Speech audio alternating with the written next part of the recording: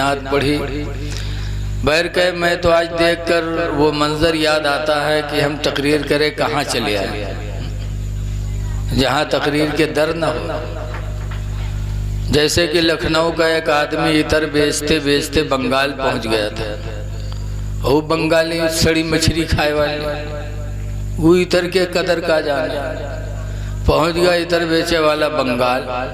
इतर इतर एक बंगाली निकला हाथ पहले इसके, देखे तुम्हारी इतर कैसा है।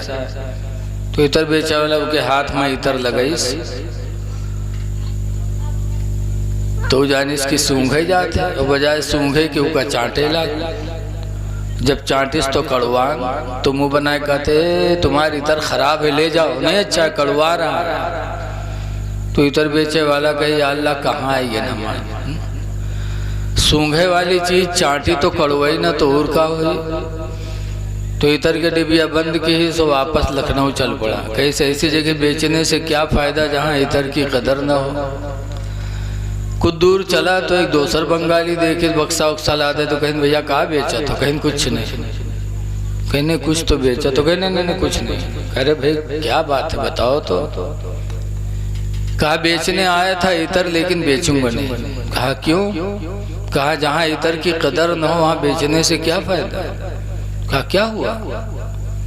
अरे एक फला साहब निकले, उन्होंने कहा देखे तुम्हारा इतर कैसा है। तो उनके हाथ पे इतर लगाया तो उन्होंने चाट लिया और चाट के कहते तुम्हारे इतर कड़वा रहा है, अच्छा नहीं है। तो गई दूहे बेवकूफ हमका ला, भात के साथ खाए वाली चीज खालिश चाटी तो कड़वाई न तो और का हमका ला। तो इतर बेचे वाला और अपन खुपड़ी पीटे ला, कहे हाय लाज हम कहाँ चले आए। वही है किसी कहने वाले ने कहा था, आह इस्लाम तेरे चाहने वाले न रहे, आह इस्लाम तेरे चाहने वाले न रहे, जिनका तू चांद था अफसोस वो हाले न रहे। आज अल्लाह और उसके रसूल का फरमान सुनाने के लिए बुलाया जा रहा है तो आपको मौका नहीं है। आखिर आपको मौका कब मिलेगा?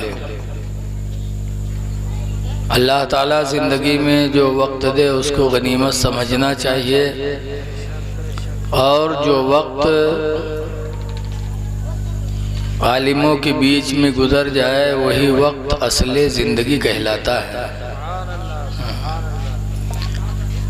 हज़रत इमाम आज़म अबू हनीफ़ा रहमतुल्लाह अलैह तकरीबन 60-65 साल के थे।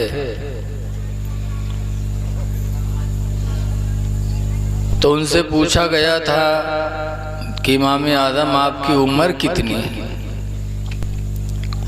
तो कहा था 2 साल। लोगों ने कहा ऐसा कैसे हो सकता,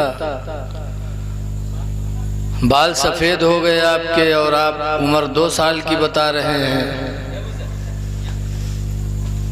तो इमाम आदम ने कहा था कि वैसे मेरी उम्र 60-65 साल की है, लेकिन मैं हकीकत में अपनी उम्र 2 ही साल समझ रहा हूँ। कहा क्यों?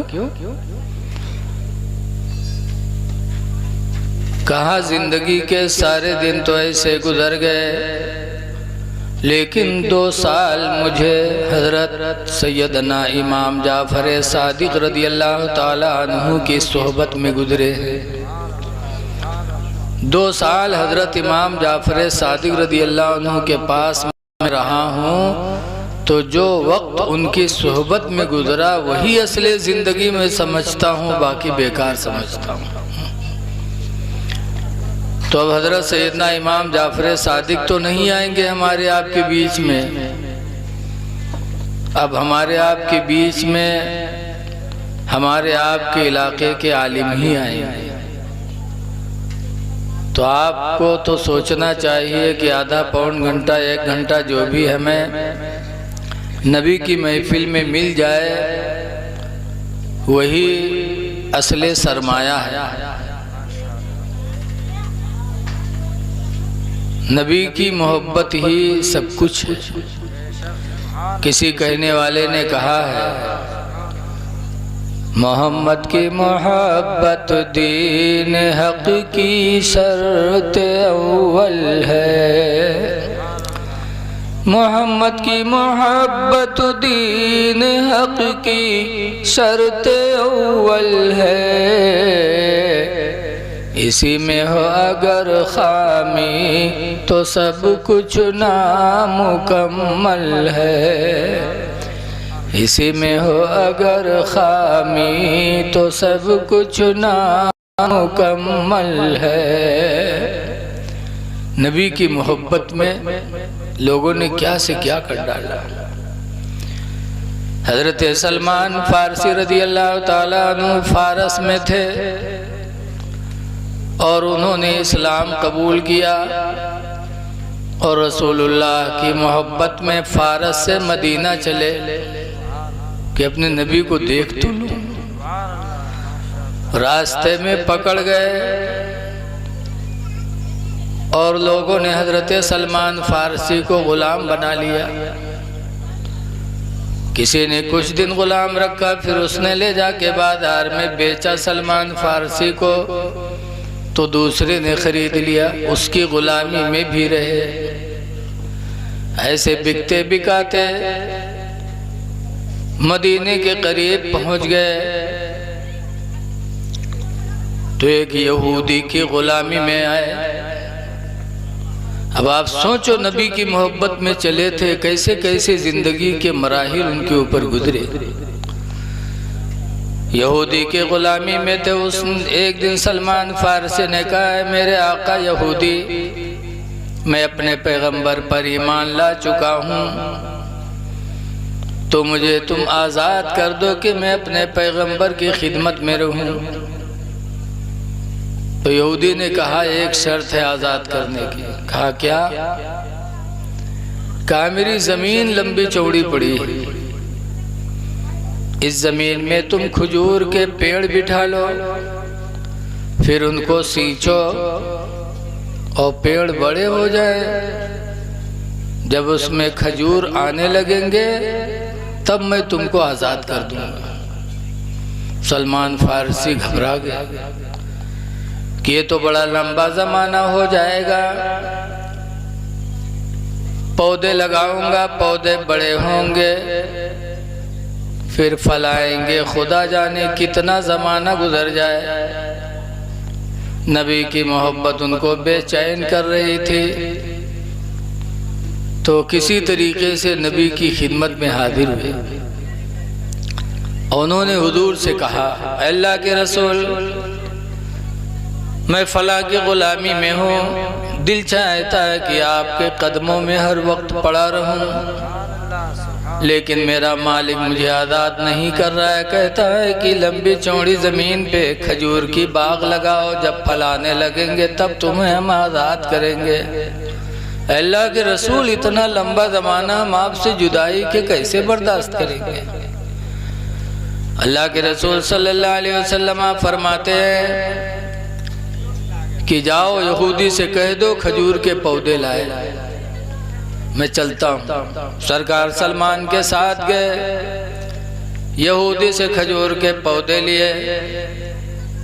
सलमान फारसी खोदते जाते थे और अल्लाह के रसूल पौधा लगाते जाते थे।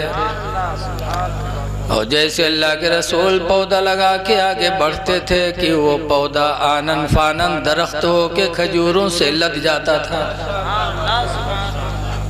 चंद ही वक्त में अल्लाह के रसूल ने उसके बहुत सी बड़ी ज़मीन पे खजूर के पौधे लगा दिए और आनन फानन वो पौधे सब बाग बन के फलों से लदफद गए। सलमान फारसी जाके कहते हैं, चलो मेरे आका यहूदी देख लो, जो तुमने कहा था पूरा हो गया। यहूदी आया तो चक्कर में पड़ा, हैरत में पड़ा कि आखिर अरे मेरी ज़मीन पड़ी थी और यहाँ बाग लगी है, खजूरों से लदी हुई बाग लगी है, ये कैसे? सलमान फारसी फरमाते ये उसी नबी का मौजिज़ा है जिस नबी पर मैं ईमान लाया हूँ।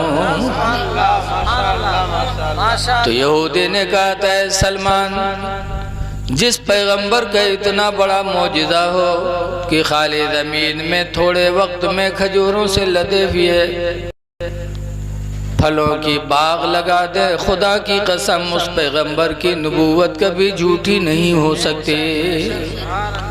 वो यहूदी ने कलमा पढ़ लिया, ला इलाहा इल्लल्लाह मुहम्मदुर रसूलुल्लाह सल्लल्लाहु अलैहि वसल्लम, और हज़रत सलमान को आज़ाद भी कर दिया, मुसलमान भी हो गया और सलमान को अपनी गुलामी से रिहा भी कर दिया। ऐसे ऐसे चाहने वाले मुसलमान दुनिया में गुजरे हैं कि मुसलमान हो गए थे, रहते तो फारस में रहते, लेकिन नबी की मोहब्बत में चले तो कितनी कितनी मुसीबतों को झेले। और हाय अफसोस, आज के मुसलमान नबी की मीलाद हो, अल्लाह और उसके रसूल की बात हो और उसमें बिस्तर न छोड़ सकें। ऐसे लोग मलिच कहलाते हैं, मलिच, काहिल, कि बिस्तरा न छूटे। अरे सोना तो रोजाना है। कहने वाले ने कहा है, जागना है जाग लो अफलाक के साए तले, जागना है जाग लो अफलाक के साए तले, हश्र तक सोना पड़ेगा खाक के साए तले। ज़्यादा सोने से ज़िंदगी घटती है। इमामुल उलमा हज़रत अल्लामा मुफ्ती शब्बीर हसन साहब क़िबला शेखुल हदीस जामिया रौनाही एक दफ़ा कहते थे कि अल्लाह ने इंसान की ज़िंदगी में जितने सांस हैं, अल्लाह ने उन सांसों को मुक़द्दर फरमा दिया, उतने सांस लेना है। तो सोने में सांसें जल्दी जल्दी निकलती है, उतनी गिनती के सांस हमको लेना है, फिर मौत आनी है। तो मुफ्ती साहब क़िबला फरमाते थे कि इंसान को चाहिए कि सोए कम ताकि उसकी ज़िंदगी बढ़ जाए। और आज हम सोने में ज़िंदगी गुजार रहे हैं। जमादार गांव हम बहुत पहले से आते हैं। अलहाज जनाब मोहम्मद अमीन खां मरहूम, अल्लाह उनको जन्नत में बेहतर जगह अता फरमाए। हाजी मोहम्मद अमीन खां मरहूम बहुत चाहते थे, बहुत मोहब्बत करते थे बेचारे, और इस घर से मुझे काफ़ी दिनों से लगाव है। आज वो होते तो और अल्हम्दुलिल्लाह अच्छा लगता, लेकिन अल्लाह जिसको जितने दिन रहने के लिए तकदीर में लिख दिया है उतने ही दिन रहना है, मौत तो सबको आनी ही आनी है। लेकिन काफ़ी दिनों के बाद आए थे, हम समझ रहे थे ज़्यादा लोग होंगे, लेकिन आपकी तादाद देखकर तकलीफ़ हो रही है। अदीद गिरामी हज़रत हाफिज़ व क़ारी फ़िरोज़ अहमद साहब क़िबला ने बहुत अच्छा आपको बुला के अच्छे अंदाज में बुलाया।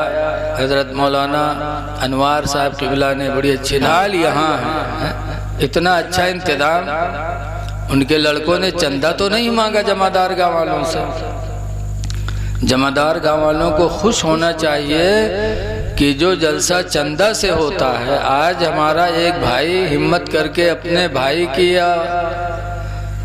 की शादी है ना, बेटे की शादी के मौके पर, बेटी के शादी के मौके पर इतना अच्छा प्रोग्राम रखा, किसी से चंदा नहीं मांगा, हम लोगों को बुलाया, तो कम से कम सुनने के लिए तो आना ही चाहिए। खैर, अल्लाह हमको आपको इस्लाम की मोहब्बत हमारे आपके दिलों में अल्लाह बसाए। निकाह इबादत है, निकाह मेरे नबी की सुन्नत भी है, और निकाह नस्ल इंसानी के बढ़ने का जरिया भी है। ये निकाह न हो, मर्द मेहरुआ करीब न हुई थी, तो हम तुम कहाँ से ठहरे? बोलो। ये गुडुआ पपुआ कहाँ पाए जाते? ये सब निकाह का जरिया है। इसीलिए रसूलुल्लाह सल्लल्लाहु अलैहि वसल्लम को निकाह बहुत पसंद। सरकार ने 11 निकाह किया। बादशाह हबशा के बादशाह नज्जाशी ने ज़ैनब बिनते जहाश से हुजूर का निकाह किया और फिर ज़ैनब बिनते जहाश को हबशा से रुखसती दी। मदीने मुनव्वरा आई, रसूलुल्लाह सल्लल्लाहु अलैहि वसल्लम के घर में आई तो सरकार ने वलीमा फरमाया। तो लोग खा के जा रहे थे। कुछ लोग ऐसे आए जो खाने के बाद वहीं बैठ के भाषण कर रहे थे। होता है ना कुछ लोगों की बातचीत करने की आदत। जैसे होटल पर कुछ लोग जाइए तो चाय पी के चलिए, अब कुछ जाइए तो घंटा खाड़ वहाँ बिताइए, फलनवाई मेरे ढमकवाई मेरे। कुछ लोग बैठे बातचीत कर रहे थे तो अल्लाह के रसूल को तकलीफ हो रही थी। सरकार कभी घर में जा रहे थे, कभी बाहर आ रहे थे और इखलाक में सरकार कह नहीं पाते कि तुम लोग खाना खा चुके हो तो वापस जाओ। जब नहीं गए वो लोग तो कुरान की आयत नाजिल हो गई कि खाना खा चुके हो तो अब इंतजार न करो। आयत इस वक्त मेरे ज़हन में नहीं है। रसूलुल्लाह सल्लल्लाहु अलैहि वसल्लम का जर्रा बराबर दिल दुखना मेरे अल्लाह को गवारा नहीं था। या अय्युहल्लज़ीना आमनू ला तदखुलू बुयूतिन नबी, ईमान वालों नबी के घर में दाखिल ना हो। वइज़ा दखलतुम, और जब दाखिल हो जाओ तो जो जरूरत है पूरी करके वापस हो जाओ, रुके न रहो। अच्छा, हुजूर की बीवियां हम सब की क्या हैं? बोलो, माँ। अज़वाजुहु उम्महातुल मोमिनीन, नबी की बीवियां मोमिनों की माँ हैं। और माँ से पर्दा है कि नहीं है बताओ? बोलो, माँ से कौन पर्दा? माँ से कहीं पर्दा होता है, लेकिन सगी माँ से पर्दा नहीं, वो ईमानी माँ थी। नबी की बीवियां मोमिनों की माँ हैं। मदीने के लोग आते थे रसूलुल्लाह की बीवियों से कुछ सामान मांगते तो सामने जाते मांगते, नबी की बीवियां दे देती। तो कुरान की आयत नाज़िल हुई, इज़ा सअलतुमूहुन्ना मतान, ईमान वालों जब तुम नबी की बीवियों से कोई सामान मांगो, फस्अलूहुन्ना मिन वराइ हिजाब, तो पर्दे के पीछे से मांगा करो, सामने न जाया करो। पर्दे के पीछे से आयते पर्दा नाजिल हो गई। अब यहाँ गौर करो कि जो हमारी ईमानी माँ हैं, जब उनसे पर्दे की आयत नाजिल हुई तो और दुनिया की औरतों से पर्दा जरूरी है कि नहीं? बोलो बोलो ना यार। जब अपनी ईमानी माँओं से पर्दा इस्लाम में नाजिल हुआ